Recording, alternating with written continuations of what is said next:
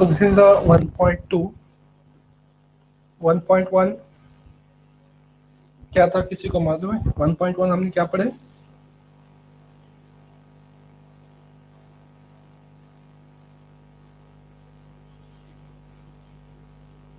Chemical kinetics sir.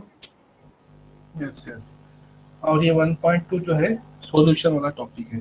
तो ये physical chemistry में दो ही टॉपिक है, एक chemical kinetic and then second one is the solutions. तो सॉल्यूशन जो है वर्ड हमने इससे पहले सुना है। ओके, सॉल्यूशन जनरली क्या होता है कि जब सॉल्वेंट, कोई सॉल्वेंट और सोल्यूट दोनों को मिक्स करते हैं, तो मिक्स करने के बाद जो भी हमको मिलता है, दोनों को मिक्स करने के बाद, तो हम उसको क्या बोलते हैं? जनरली सॉल्यूशन बोलते हैं। ओके, तो सॉल्वेंट जो होता है लिक्विड फॉर्म में होता है, सोल्यूट जो है वो कभी लिक्विड फॉर्म में भी हो सकता है या फिर सॉलिड फॉर्म में भी हो सकता है। So when they both mix, okay, when solute dissolve in the solvents, okay, at that time we will get the solutions. That solutions, it may be homogeneous solutions, it may be heterogeneous solutions. Okay, इसमें भी types है अलग अलग। तो homogeneous means uniformly solution, heterogeneous means non uniform solutions. Okay, तो ये हमको solution मिलते हैं। okay? तो solution अब यहाँ पे देखिए, उसमें भी कुछ कैटेगरी है, unsaturated solutions, saturated solutions and super saturated solutions. अब सोचो अनसैचुरेटेड सॉल्यूशन में क्या होता है, अभी सब डिपेंड करता है सोल्यूट के क्वांटिटी पे। ओके, सोल्यूट और सॉल्वेंट दोनों का जो कॉम्बिनेशन है उस पे ही डिपेंड करता है कि सॉल्यूशन जो है अनसैचुरेटेड है, सैचुरेटेड है, सुपर सैचुरेटेड है। कैपेसिटी पे डिपेंड करता है, सॉल्वेंट की कैपेसिटी पे कि सॉल्वेंट कितना सोल्यूट डिसॉल्व कर सकता है, उस पर डिपेंड करता है। ओके, कि वो अभी समझो फॉर एग्जांपल कंसिडर करिए कि 100 ml वाटर है। ओके, 100 ml वाटर में हम जो है एक एक एस्टिमेट अंदाज ऐसा है कि उसके अंदर जो है हम 10 ग्राम तक जो है सॉल्ट डिसॉल्व कर रहे हैं। ओके, कि समझिए कि फॉर एग्जांपल कि उसकी कैपेसिटी है कि 10 ग्राम जो है सॉल्ट को वो डिसॉल्व कर सकता है वाटर, यानी कंप्लीटली डिसॉल्व हो गया, उसके अंदर कोई भी ट्रेसेस बचे नहीं, किसके? सॉल्ट के। तो हम क्या बोलेंगे उसको ऐसे केस में? Unsaturated solutions. लास्ट में कोई भी बचा नहीं, पूरा की पूरा सोल्यूट जो है सॉल्वेंट के अंदर डिसॉल्व हो गया। ओके, अब वही मैंने क्या किया, वहां पर 15 ग्राम सॉल्ट डाला सॉल्वेंट के अंदर। ओके, तो 15 ग्राम डालने के बाद जो सोल्यूट है कुछ क्वांटिटी में वहां पे बचा रहा, जो डिसॉल्व नहीं हुआ। क्यों? तो जो सॉल्वेंट की कैपेसिटी थी सोल्यूट को डिसॉल्व करने की, वो 10 से 12 तक थी, उसके बाद 12 से 15 थोड़ा सा बढ़ गई होंगी, लेकिन कुछ बच गया। इसका मतलब वो डिसॉल्व करने की कैपेसिटी सोल्यूट सॉल्वेंट की नहीं है, सोल्यूट को डिसॉल्व करने की। तो ऐसे टाइम में थोड़े से क्वांटिटी में सोल्यूट वहां पर रिमेन्स रह गया, एज इट इज रह गया, तो ऐसे केसेस में हम क्या बोलते हैं उसको? क्या बोलेंगे, बोलो? Saturated solutions. यहाँ पे डायग्राम में दिया हुआ है, देखिए कि जो बॉटम के अंदर थोड़ा सा यहाँ पर सॉल्वेंट सोल्यूट जो है अनडिजॉल्व रह गया, डिजॉल्व नहीं हुआ। Okay, no more solute dissolve. अब इसके बाद कुछ ऐड करेंगे, इसके बाद कुछ भी ऐड करेंगे तो वो क्या रहेगा? एज इट इज फॉर्म में रहेगा, डिजॉल्व नहीं होगा। ओके, तो ऐसे केसेस में जब डिजॉल्व नहीं होता है तो उसको बोलते हैं हम सैचुरेटेड सॉल्यूशन। उसकी कैपेसिटी खत्म होगी, वो सैचुरेट हो गया। जनरली हम वर्ड यूज करते हैं हमारे माइंड के लिए, माइंड सैचुरेट हो गया, मैंने कैपेसिटी नहीं है अब और नॉलेज लेने की और सुनने की, और कैपेसिटी खत्म हो गई, सैचुरेटेड हो गया। सैचुरेटेड सॉल्यूशन किसको बोलेंगे? जब इसके अंदर no more solute can be add. Okay, capacity of the solvent to dissolve the solute is end, at that time it is called as saturated solution. Super saturated solution, उसके अंदर क्या होगा? अभी उसके अंदर सुपर सैचुरेटेड सॉल्यूशन में for example वही solution, उसकी कैपेसिटी खत्म हो गई सॉलिड को डिसॉल्व करने की। ओके, उसके बावजूद भी हम उसके अंदर थोड़ा सा सोल्यूट ऐड किए। ओके, और उसको हीट किए, हीट करने के बाद वो सोल्यूट डिसॉल्व हो गया होगा। हीट के बाद एज हीट इंक्रीज, हीट बढ़ा दिए तो क्या बोलते हैं आरएनएस इक्वेशंस, क्या बोलते हैं हीट बढ़ने के बाद रिएक्शन को जो भी है उसकी बढ़ जाती, फास्ट हो जाती, तो वो डिजोल्व हो गया। ओके, तो डिजोल्व होने के बाद अब जब वो कूल हो जाएगा तो वापस से जो लिमिट के ऊपर जो ऐड किया हुआ सोलूट था वो वापस से क्रिस्टल फॉर्म करना चालू कर देगा। यानी उसके जो कैपेसिटी है उसके ऊपर का जो ऐड किए थे हमने एक्सटर्नल हीट सप्लाई करके, वो वापस से क्रिस्टल फॉर्म में आ जाएगा। यानी थर्ड वाला फॉर्म देखिए यहाँ पर, ये थर्ड वाला फॉर्म, इसको क्या बोलेंगे हम, सुपर सैचुरेटेड सॉल्यूशंस। ये हो गया सुपर सैचुरेटेड। तो तीन टाइप में जनरली यूज करते हैं, saturated solution, unsaturated solutions. Okay, and then one extra है अन super unsaturated super saturated solutions. Okay, तो ये जनरल टर्म है सॉल्यूशंस के बारे में। अब उसके बाद जो नेक्स्ट आता है, ओके, सॉल्यूशंस। अब सॉल्यूशन के टाइप जनरली होते हैं कितने, सॉल्यूशन हो सकता है मिसिबल सॉल्यूशन हो सकते हैं, और इमिसिबल हो सकते हैं, पार्शियली मिसिबल हो सकते हैं। ओके, सो जो भी बाइनरी सॉल्यूशंस, अब बाइनरी सॉल्यूशंस कैसे देंगे, homogeneous mixture of the liquid solute. Okay, अब अगर जो हमने कंसिडर करे लिक्विड लिक्विड टाइप का सॉल्यूशन कंसिडर किए, सॉल्यूट भी लिक्विड है, सॉल्वेंट भी लिक्विड है, दोनों भी लिक्विड लिक्विड टाइप के हैं। So binary solution बनेगा, it is a homogeneous mixture of the liquid solute in a liquid solvent. For example, जैसा कि एक समझने के लिए हमको इथेनॉल है, इथेनॉल को अगर जो हमने वाटर में ऐड किए, सो क्या है, there are the 9 types of the solutions, अलग अलग टाइप्स के सॉल्यूशंस है। Solution of the liquid in the liquid is one of them. Okay, solution के कितने टाइप्स है, 9 टाइप्स है, उसमें का जो हम पढ़ रहे हैं वो क्या है, solution of liquid in liquid is one of them, and the binary mixtures obtained from any two liquids can be divided into further three parts.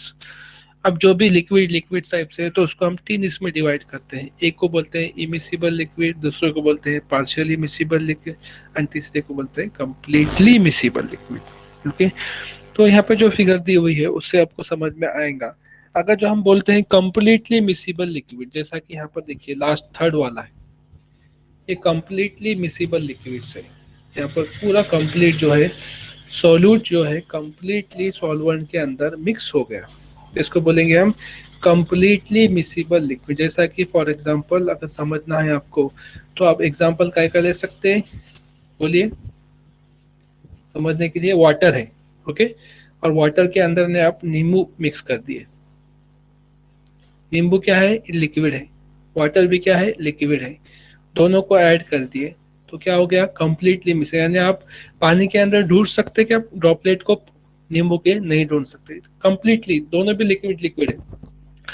लेकिन केमिस्ट्री के अंदर हम जो एग्जांपल देंगे वो क्या देंगे, अल्कोहल एंड वाटर, वाटर को अल्कोहल के अंदर आपको जो मिक्स कर दिए तो दोनों भी कंप्लीटली मिसिबल हो जाते हैं। तो ये one of the example of the completely miscible liquid. अब सेकंड टाइप है उसमें पार्शियली मिसिबल। अब पार्शियल यानी थोड़ा सा मिक्स होगा, थोड़ा मिक्स होगा, थोड़ा मिक्स नहीं होगा, ऐसे टाइप का पार्शियली मिसिबल लिक्विड्स। तो पार्शियली मिसिबल लिक्विड में हम एग्जांपल लेंगे फेनॉल एंड वाटर। वाटर में अगर जो फेनॉल ऐड करेंगे तो पूरा मिक्स नहीं होगा, पार्शियली कुछ क्वांटिटी में मिक्स होगा, कुछ क्वांटिटी में ओके एज इट इज रहेगा। Second example. एंड थर्ड है इमिसिबल। अभी इमिसिबल का हम डे टू डे लाइफ में कोई एग्जांपल आपको याद आता है जो दो लिक्विड कंप्लीटली इमिसिबल है?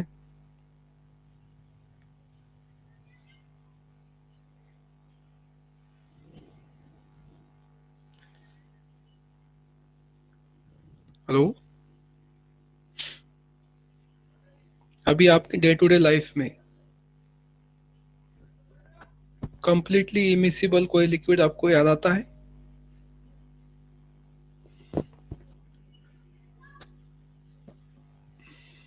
Oil and water.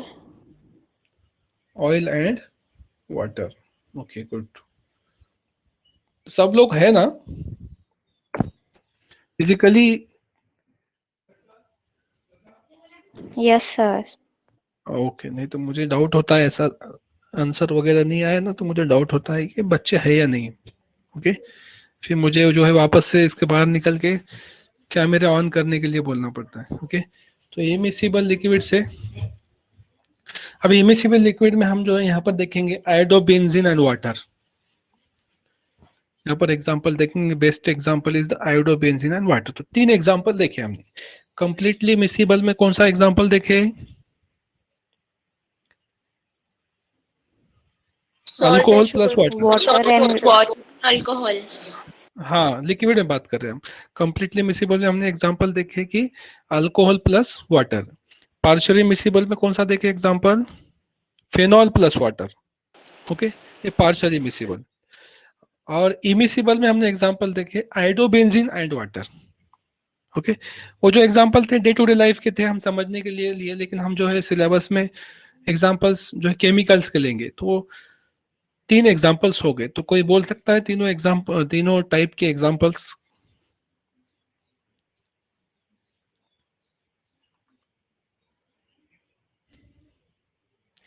Completely miscible का एग्जांपल, पार्शियली मिसिबल का एग्जांपल, इमिसिबल का। जो मैंने बोला है वही बोलना है आपको।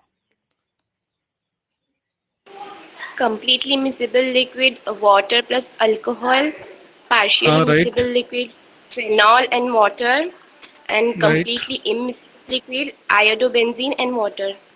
बिल्कुल, वेरी करेक्ट, वेरी करेक्ट। तो ये तीनों एग्जांपल है। ओके, तो ये एग्जांपल एमसीक्यू में जनरली आते हैं। क्या पूछता है कि एग्जांपल दे देता है alcohol and water. Okay, indicate which types of category of liquid liquid types of solutions. अब उसमें देता है immiscible liquid, partially miscible liquid, completely miscible liquid और नॉन मिसिबल लिक्विड, ऐसे 4 ऑप्शन देगा। तो ये एग्जांपल्स इंपॉर्टेंट है आपके एमसीक्यू के पॉइंट ऑफ व्यू से। अब नेक्स्ट हम देखेंगे इसके बाद वाला कंप्लीटली मिसिबल लिक्विड्स। अब ये अंडरस्टैंड करने के लिए मैंने आपको एग्जांपल दिया है यहाँ पे। Carbonated water plus orange juice, दोनों को अगर जो मिक्स करेंगे तो ये कंप्लीटली मिसिबल हो जाएगा। ओके, तो जनरली हम क्या बोलते हैं इसके लिए फिर? The binary solutions, okay, the amount of its constituent, okay, can be varied to extent, still the system will always lead to the single liquid phase. एक ही फेज मिलेगा, सिंगल लिक्विड फेज मिलेगा। And the constituent liquid molecules do not interact with each other. Okay, and the solution obtained from the mixing of the completely miscible liquids are of 2 types. अब इससे जो solution मिलेगा completely miscible liquid से, तो वो completely miscible liquid से जो solution मिलेगा उसको हम 2 टाइप में फर्दर डिवाइड करते हैं। ओके, एक को हम जो बोलते हैं आइडियल सॉल्यूशंस और दूसरा उसको नाम है perfect solutions.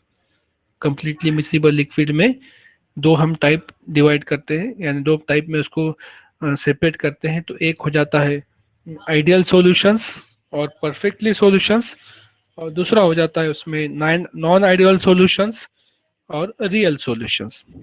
Okay, ideal condition आपको पता है, आइडियल कंडीशंस इमेजिनरी कंडीशंस रहती है। ओके, इमेजिन करते हैं हम, जैसा कि फॉर एग्जांपल एक बाइक है। ओके, तो बाइक को जो है वो लोग एवरेज देते हैं, कितना देते हैं? 70 kilometres ideal conditions. Ideal conditions में क्या रहेंगी? वो आइडियल कंडीशंस के अंदर रोड पर कोई पत्थर नहीं रहेगा, रोड एकदम स्ट्रेट रहेंगी, रोड पे कोई स्पीड ब्रेकर नहीं रहेगा। तो इसको बोलेंगे कंप्लीटली मिसिबल लिक्विड्स। ओके, तो ये टाइप हो गया इसके अंदर। तो कंप्लीटली मिसिबल लिक्विड के अंदर आइडियल सॉल्यूशन है, नॉन आइडियल सॉल्यूशन, ये 2। तो आइडियल कंडीशंस क्या होती है?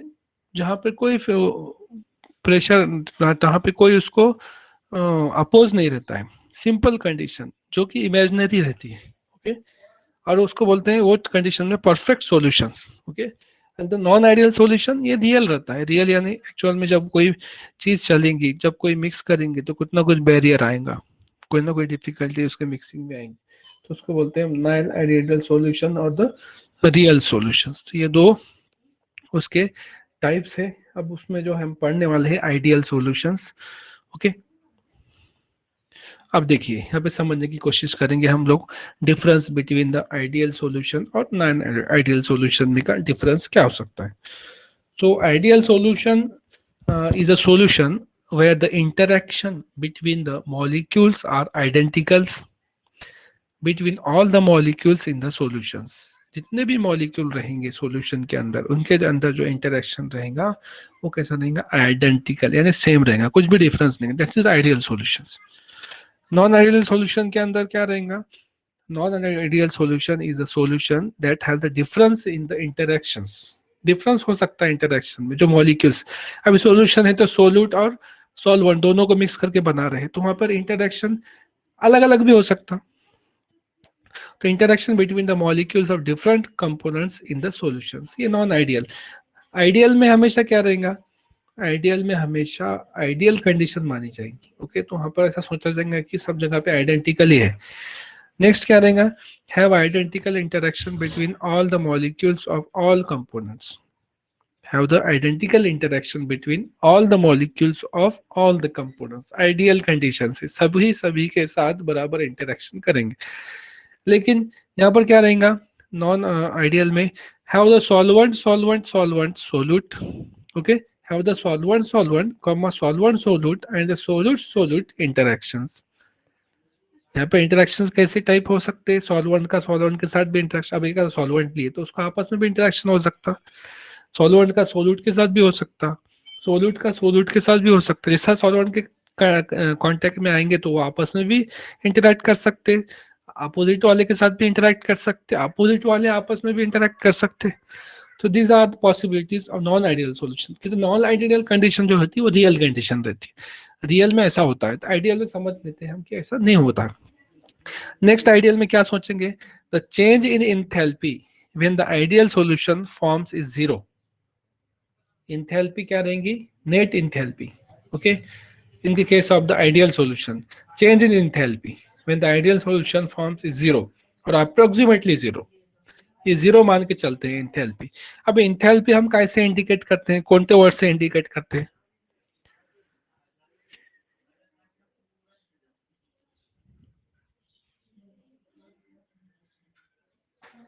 हेलो, कौन सा सिंबल यूज करते हैं हम इंथैल्पी के लिए,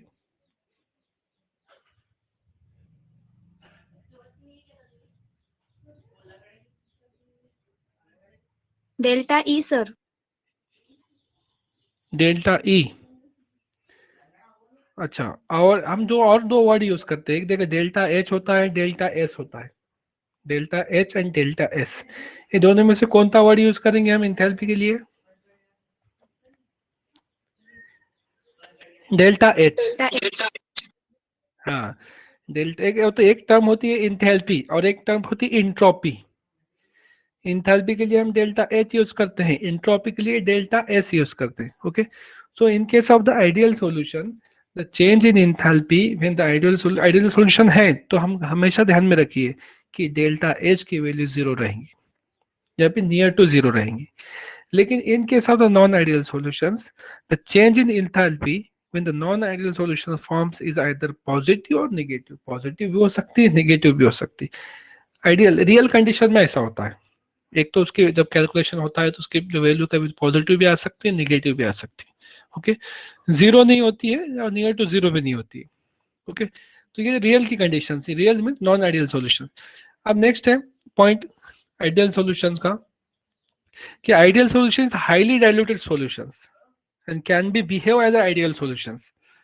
highly diluted solution ideal condition मानी जाती है। हम कोई चीज को एक आइडियल रखते हैं कि नहीं अपने सामने, तो वो ideal condition means highest condition रहती है, वो कंडीशन के ऊपर कोई कंडीशन नहीं, that is highest condition, ideal, ideal. तो आइडियल कंडीशन में क्या रहेगा, इट इज हाईली डाइल्यूटेड, सबसे ज्यादा डाइल्यूट होने वाली कंडीशन रहेंगी, and behave as a ideal solution. लेकिन इसके अंदर क्या रहेंगे, नॉन आइडियल आइडियल के अंदर concentrated solutions behave as a non ideal solution. जो भी कॉन्सेंट्रेटेड सॉल्यूशन रहेगा, कॉन्सेंट्रेटेड यानी highly diluted solutions, okay, maximum यानी रियल कंडीशन के अंदर जो भी डाइल्यूशन रहेगा उसको हम क्या बोलेंगे, नॉन आइडियल सॉल्यूशंस। तो ये इतना पार्ट जो है हम इसके अंदर पढ़े हैं।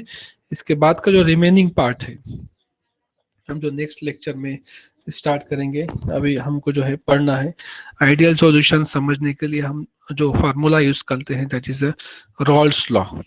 ओके, तो रॉल्स लॉ को हम समझने की कोशिश करेंगे। रॉल्स लॉ हम जनरली कंसिडर करते हैं, ओके, सेवरल लिक्विड्स के अंदर, ओके, और इक्विलिब्रियम्स वेपर फेज के अंदर हम इसको कंडीशन को कंसिडर करते हैं। तो या फिर गैसियस और सॉल्यूशन फेज में भी हम इसको कंसिडर करते हैं रॉल्स लॉ को। तो ये आइडियल कंडीशन है। तो आइडियल कंडीशन में ये सारी चीजें कैसी होती है वो हमको जो है समझने की कोशिश करना है। जैसा कि इसमें क्या समझेंगे हम आइडियल रॉल्स लॉ में, vapour pressure, okay, vapour pressure समझेंगे, सॉल्यूशन का vapour pressure of pure state का और मोल फ्रैक्शंस का, ये तीनों का जो है रिलेशन वाला एक फार्मूला है, वो कल हम उसको डिराइव करेंगे, ओके। और रॉल्स लॉ जो आइडियल सॉल्यूशन का है वो रिमेनिंग पार्ट हम जो है कल देखेंगे, ओके। ओके चलिए, thank you. Thank you, sir.